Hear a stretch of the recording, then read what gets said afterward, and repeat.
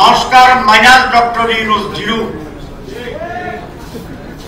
সংস্কার plus doctor Yunus hero. আমরা আপনাকে হিরো হিসেবে দেখতে চাই। কারো চাপে আপনি মাথা নত করবেন না, কারণ চাপে যদি আপনি হেলে যান মহাবিপদ।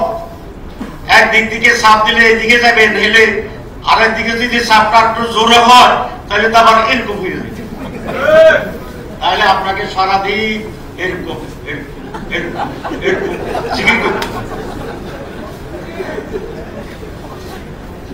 আমরা জানি আপনি নোবেল লরিয়েট, সারা দুনিয়ায় আপনার মর্যাদা দেখে আসছি।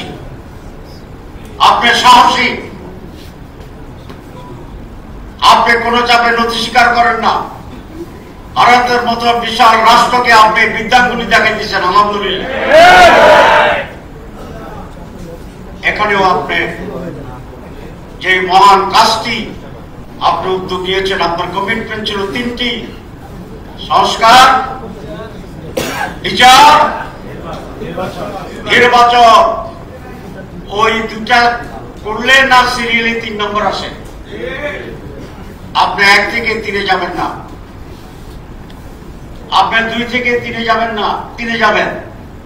আপনি 1 থেকে 2-এ আসেন, 2 থেকে 3-এ আসেন। আমরা সকলেই আপনাকে মাথায় নিয়ে ফেব্রুয়ারির মাসে 1-2 শেষ করে 3 নম্বরের একটি উৎসবমুখর নির্বাচনে আপনার স্বপ্নের সেই বাস্তবায়নে সহযোগিতা।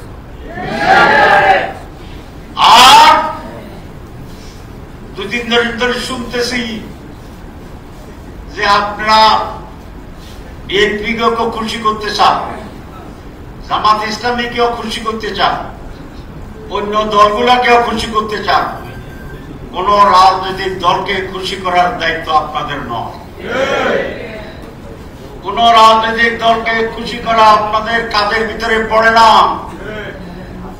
আপনাদের দায়িত্ব জাতিকে খুশি করার জন্য যা করা দরকার সেটা করা। সুতরাং আমি আশা করব যে আপনারা আপনার পরিষদ সেইভাবে দৃঢ় ভূমিকা পালন করে এই জাতির মুক্তি এবং কল্যাণের যে মহাযাত্রা আমরা শুরু করছি সেইটি তার গন্তব্যে পৌঁছানোর জন্য আপনি দৃঢ়চিত্তে সেই ভূমিকা পালন করবেন। আমরা আপনার সহযোগিতা আছি, জাতি আছে, মানুষ আছে। কম্প্রোমাইজ করে যদি বিভ্রান্ত তৈরি করার চেষ্টা করেন তাহলে পুরা বিষয়টি এক ধরনের অনিশ্চয়তা, ধোঁয়াশা এবং ঘোলাটে পরিস্থিতির আশ্রে পড়ে আবার জাতি সেই অন্ধকারের দিকে চলে যাবে বলে আমরা আশা করছি।